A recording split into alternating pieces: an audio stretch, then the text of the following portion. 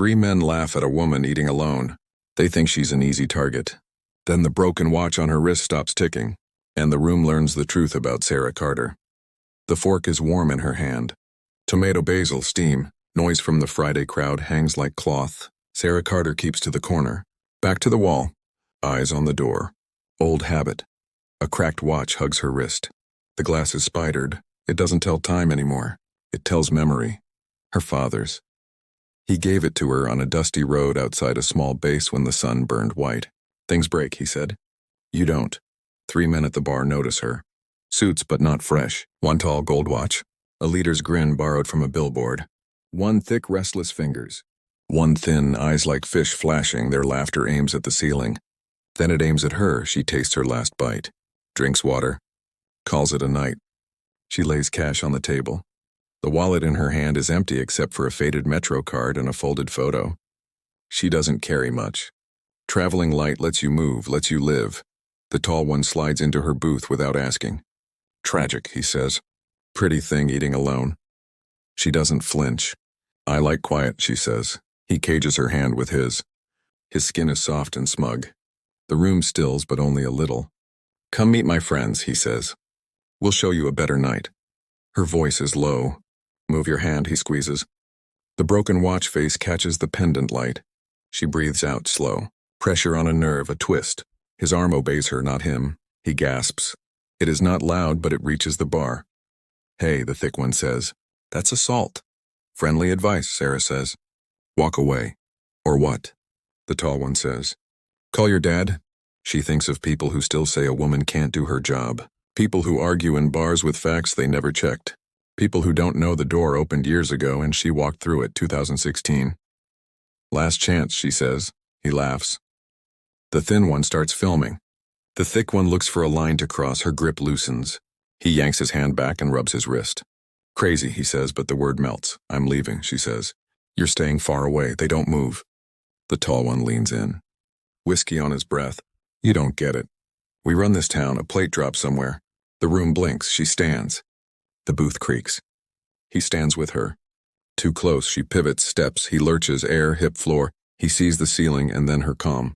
He's not hurt. He's humiliated. The kind that itches later in the dark. The manager hovers. The waitress, name tag reading Maria, watches from the register with a set jaw. Pay, Sara says. The men hesitate. The thin one glances at the door. The thick one's jaw flexes. The tall one mutters something that doesn't belong in a family place. Sara turns to the exit.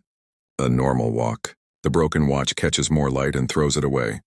At the threshold, the thin one's voice follows her like a hook. Carter, he calls. How's your brother? Her foot stutters a fraction. She doesn't turn. Thought so, he says, smiling with no heat. Tell Mike we said hello. She looks up into the glass of the door and sees their reflection, small and bold. Outside, a dusty road of alley gravel runs along the dumpsters. She steps into the night. The door closes. The phone in her pocket buzzes once. Unknown number. A single text. Run. The night air smells of pepper trees and fry oil. The alley waits long and thin like a rifle barrel. Her watch is still broken, but her pulse ticks for it. She reads the text again. Run. From where? From whom? She knows the answer already. The answer has teeth. Memory unspools with the smell of diesel. A dusty road outside Gamal. A boy trying to sell batteries. A woman pinning a map with fingers that never shook. A signal the wind carried wrong. An ambush that arrived on time. She had been the point that day. She still is. Another text lands. White Scorpion. 2 nights. Trade for the boy. Her throat goes cold. The boy, they mean Mike, not a boy anymore. Still her kid brother. She slides the empty wallet from her pocket. The leather is soft from years of moving. It holds a Metro card, a photo of her and Mike leaning on a fence, and nothing else. She presses the photo once, just once, and puts it back. Footsteps scrape behind her. She moves without theater. Left shoulder brushes brick. Eyes cut corners. Hand floats near nothing that looks like a weapon. She doesn't need props. 2 shapes detach from the deeper dark, not the 3 from the bar. New faces. A van idles by the mouth of the alley. Headlights off. Patience on, Carter, one of them says. Get in, he's waiting. Who? You know, she steps closer. The alley light flickers. Her watch face, cracked, holds a small galaxy. They close in. She lets them. The first reaches. She folds his hand like paper. The second lunges. She spins him into the dumpster. The sound is a gong for the rats. The van door slides open. Inside, a man sits in shadow. She can't see his face, but she knows the posture. Contractor. Former. The type that says just business to things that are not business. His voice is old leather. Evening, Sara. Name? Jace Vale. She files it without change in her face. You took something in Kandahar, he says. A drive. Belongs to my client. And my brother? Insurance, she hates that word. You have 2 nights, he says. Bring the drive, or Mike takes a long ride down a dusty road with no return. She imagines a long road. She sees the watch in her head. The crack splits the sky. She breathes once. The air tastes like pennies, proof, she says. The van man nods. The passenger flips a phone and taps. A video plays on the screen angled so only she can see. Mike, tied to a chair, bruised not broken. A man behind him holds the camera too steady. You see? Jace says she does. The room in the video has a peeling mural. A fish with a missing eye. A child's handprint in blue. She memorizes all of it in one blink. The van door slides shut. Silence folds around her, but only briefly.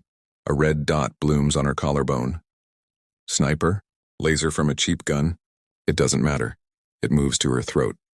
She steps backward into shadow. The dot follows. Her broken watch stops catching light. In the reflection of a greasy window, she sees the shooter's silhouette steady at the far end of the alley. And then the laser winks out. A voice behind her says, very softly, don't move. Behind her, breath. Ahead, silence. The city keeps humming. The alley keeps secrets. Hands, the voice says. She raises them, calm, palms open. The broken watch shows spidered light. Her other wrist is bare. No bracelets, no promises. Turn, she turns. The shooter is a woman. Short hair. Clean stance. No swagger. Real training. White Scorpion? Sara asks. The woman's jaw flexes. Don't say it again. What's the play? You hand over the drive. He lets the boy walk. You take the L quietly. Has he ever let anyone walk? No answer. Answer enough, siren somewhere. Not here. You were in the restaurant, Sara says. So were you. No smile. The woman notices Sara's watch. That thing still run? No, it shows where I was when it stopped. Where was that? A road I left and he didn't. She doesn't say her father's name. She never says it in alleys. The woman lowers the laser. Just a hair. You have 48 hours, she says. Don't make it ugly. Ugly started years ago. The woman nods once like a judge giving a sentence she can't change. She backs away and vanishes into a narrow cut between buildings. The van at the mouth of the alley has already gone. Sara exhales. The broken watch weighs her wrist like a decision. She walks. The street is a dusty road in her head. She lets the memory play, then presses stop. She needs a place. Old habits draw her to the river warehouses east of the tracks. She keeps a locker there, because she is her father's daughter. Inside, a duffel. 1 pair of boots. A folded map with coffee rings. A thin line of cash. She checks the cash and smiles without humor. An empty wallet is a pure thing. It tells you what is necessary. It tells you what you can't lose twice. She sits on the concrete and opens a small metal tin. Inside, a chip. The drive Jace wants. The thing that turned men into messages and messages into graves. She thinks of Mike at 9, knees dirty, asking for the watch. She said, it's too big, later. Later is now. She needs leverage. How do you trade with a man who buys and sells fear? You bring a currency he fears more. She studies the mural in the video again. The fish with 1 eye. The tiny blue handprint. She knows that wall. Kids painted it last summer behind a closed cannery near the river. The city forgot to repaint. The city forgets a lot. She laces her boots. She pockets the chip. She takes the broken watch off her wrist and slides it into her chest pocket, closer to her heart than time ever was. On the way out, she spots a scuffed wallet on the floor by the locker. Not hers. She flips it open, thin, 5 ones. A hotel keycard. A receipt. On the receipt, a handwritten code, Orion 3A. She knows that handwriting. She stares at the card. Jace's staging hotel. Room 3A. Someone on his side is sloppy or scared. The locker light buzzes and dies. She steps into the blue of night. Her phone vibrates again. A photo. Mike. A new bruise. A clock on the wall behind him reads 9:17. Her broken watch remembers 9:17 too. the night her father didn't return to the gate. The second hand stopped there and never moved. She opens the hotel keycard and turns it in her fingers. The plastic is warm from her hand. It feels like a door. Then the text arrives, come alone, cannery, 2 hours. Bring the drive, no cops. Or we send him down the road. Which road? The one covered in dust. The one that leaves a taste in your mouth. She pockets the keycard. She starts for the cannery. A shadow leans off the wall by the exit and says, change of plans.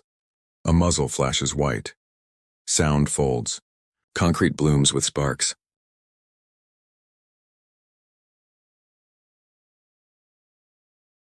She dives behind a stack of pallets, another shot. Wood chips spit like bees. She peeks through slats. The shooter is not Jace's woman from the alley. He's jittery. 2 hands. He thinks fast is the same as good. She waits. He grows impatient. He circles left. She slides right, silent, a step, a breath, a hook behind the knee. He drops. She takes the pistol, drops the magazine, racks the slide, and throws both pieces in different directions. He stares up. Who sent you? His mouth twitches. Room 3A, he says without meaning to. Terror does that. It squeezes truth out like a wet rag. Good, she says. She moves. She doesn't look back. He won't follow. He tasted the floor. The hotel is a flake of glass in the city's eye. Carpet with a pattern that hides stains. A lobby fern that gave up last winter. She takes the stairs. She always takes the stairs. A is at the turn. She breathes. She puts the keycard in. The lock sighs. Inside, the smell of cheap cologne and an argument. A table. A half-eaten sandwich. A map with circles on the bed. A man with ties in his suitcase and worry on his face. Not Jace. He looks up and looks guilty for everything, even the weather. Close the door, he says. You wrote Orion? He nods. I followed orders. I regret that now. Where is he? Cannery, he says. But it's a choke point. They'll play you. What do you do for Jace? Logistics, he says. I keep the wheels turning. I don't decide where the road goes. She glances at his wallet on the table. It's open. Empty. Clean, she says. They pay me in fear, he says. It spends everywhere. It buys minutes. It never buys days. Why help me? Because I had a sister, he says. Because I lost her. Because no man who loves his own face can watch this machine forever. What's the catch? If you live, I need out. She studies him. The empty wallet. The 2 neat ties. The map with circles that try to make sense of chaos. He looks like a man who wants permission to be smaller than his guilt. Give me something true, she says. White Scorpion isn't a code name, he says. It's a shipment. Bio-sealed case. They want it on a boat by sunrise. Your drive unlocks it. What's on it? I don't know, he says. But everyone who asks stops asking. She pockets the map. Stay here. He shakes his head. They'll burn me if I stay. They burn their own. It keeps the rest warm. A siren grinds past the window and fades. She opens the dresser. Inside, a dented metal box. She taps the lid. It opens. A coil of date cord. A cheap radio detonator. 2 burner phones. A roll of electrical tape. Jitters in a shoebox. Jace is a contractor without a war, the man says. He rents conflict by the pound. What's his face look like? Like a man who made himself. Like a liar, she says. He nods. She takes the detonator and praises its cheapness. Cheap breaks when you twist. Cheap is honest. On the nightstand, 2 photos. One of the cannery exterior, one of a mural inside. She recognizes the fish with one eye. She knows the door. It opens to a hall that opens to 2 rooms. Choose wrong, lose something. She takes the photos and leaves the keycard on the bed. The man watches her hand and understands. You're not coming back, he says. People say that, she says. At the stairwell door, she touches the broken watch in her pocket. The metal is cool. She closes her eyes. She sees her father's smile in the mirror of time. She sees Mike's grin when they stole peaches as kids. She opens her eyes. The cannery crouches by the river like a secret. Windows punched out. Brick crumbling in a slow avalanche. She goes in through the loading dock. A dusty road of flour spill traces the floor from a time when the place made food instead of trouble. Her boots print a story in the powder. She wishes she had time to write a better one. Voices up ahead. Jace's tone like a hand on a steering wheel. Mike's voice hoarse, saying her name once. She steps into the corridor with the mural. The fish stares with its single eye. A child's handprint in blue marks the wall at knee height. She presses her palm next to it. Her hand is bigger. It doesn't feel like victory. 2 doors, left and right. Heat leaks under the left. Cold air whispers from the right. Clock on a crate reads 9:17. Jace's voice floats from the left. Pick, he says. She reaches for the left handle from the right. Room comes a cough that sounds like Mike. The left door breathes heat. The right door breathes fear. She chooses fear. The right room is small. Concrete floor. A chair. Mike, tape on his wrists. A bruise in the shape of a man's ring. Hey, he says, like they're back on the fence as kids and she's late for dinner. Hey, she says. She moves fast. Tape cut. Hands free. He stands, sways, catches himself. Blood at his lip. Eyes still joking. He got that from her. You okay? Define okay. She smiles, then stops. You walk? Yeah, then we're leaving. Through who? She hears a footstep. 2. Jace leaning in the left doorway now, not surprised, never surprised. It's always the right door with you, Carter, he says. You go where it hurts. Behind him, a metal case sits on a table. White scorpion stenciled on the lid. A thin cable runs from the case to a gray box bolted under the table. Her stomach goes cold. Detonator. Drive, Jace says. She holds up the chip. It looks like a snack for a machine. It looks like a country in the wrong hands. Trade, she says. He smiles. Put it in the slot. What's in the case? She asks, stalling. It isn't art. You don't want to know. I don't want to guess wrong. He nods to his woman, the shooter from the alley, who has appeared like a second thought. She watches Sara with eyes that mark ranges and exits. 3, Jace says. 2. She slots the chip into the gray box. A light glows green. The cable hums, subtle as breath. Jace steps closer to the case. A second hand ticks on the wall clock. 9:17 again. Sara tastes copper. The broken watch in her pocket feels heavier. She pulls the empty wallet. She tosses it to the floor near the table. Jace's eyes flick, amused. Tip jar? She kneels as if to tie her boot. Her fingers slide the wallet under the table leg. Thin leather, simple wedge. Stand, Carter, Jace says. She stands. She steps back. Her heel hits the dusty trail of flour. She drags her toe. Powder rises and settles. Invisible threads become lines when dust kisses them. Wires. Trip lines across the doorframe. Across the path to Mike, Jace watches her watch the wires. Good, he says. Smart. She reads the cheap radio detonator on the table. She reads the way men stand when they believe in signal more than steel. She raises her hands. All right. You win, he smiles, teeth even. Mike tenses. Sara shakes her head an inch. He stills. Bring the case, Jace tells his woman. She moves. The table leg meets the wallet wedge and rocks. The gray box jerks. A cable bends and the cheap connector squeals and spits. The green light blinks to angry red. Jace swears. The woman freezes. Sara moves elbow. Throat. Mike drops low. Wire snaps with a whisper. A flash pops at the far wall, a dummy charge. Fire alarm winds into life. She grabs Mike and runs him through the dusty outline that is not wired. Jace reaches. She slaps his hand away with a twist he'll remember. They spill into the corridor. Behind them, the case on the table clicks. A timer wakes up and blinks. 10. 9:09. Her broken watch in her pocket is useless. It doesn't count anymore. It just remembers. They hit daylight at the loading dock. Wind hits face. River smell. Footfalls behind them. They jump. Gravel. A burst of automatic fire tears the air where they stood. They run for the far stack of pallets. Her lungs burn. Mike wheezes. The dusty road of the yard rises and falls under their shoes. She knows this story ends in 2 ways. She hates both. They slide behind cover. She takes the detonator from her pocket, the one she stole from 3A. She turns it over. She sees a small spring peeking like a question mark. She pops it out with the tip of her father's watch strap bar. She palms the spring. Options?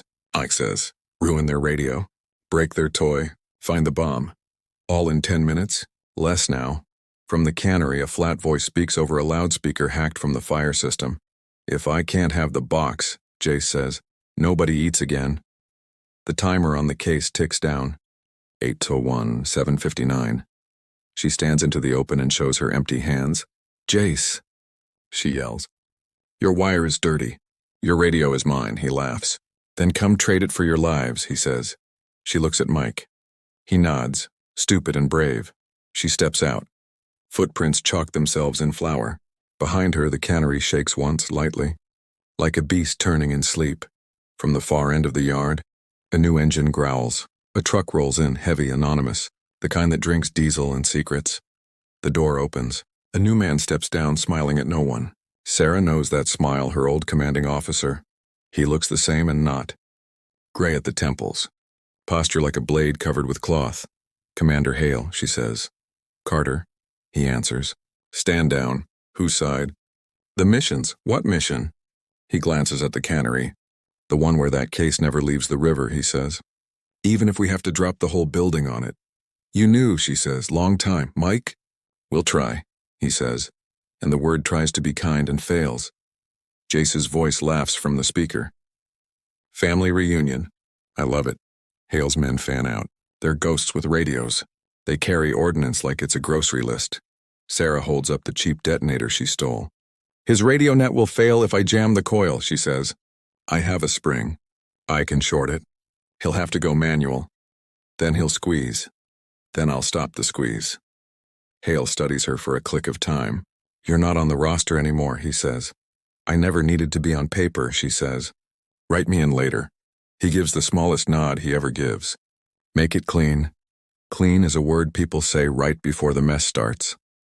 She moves along the wall.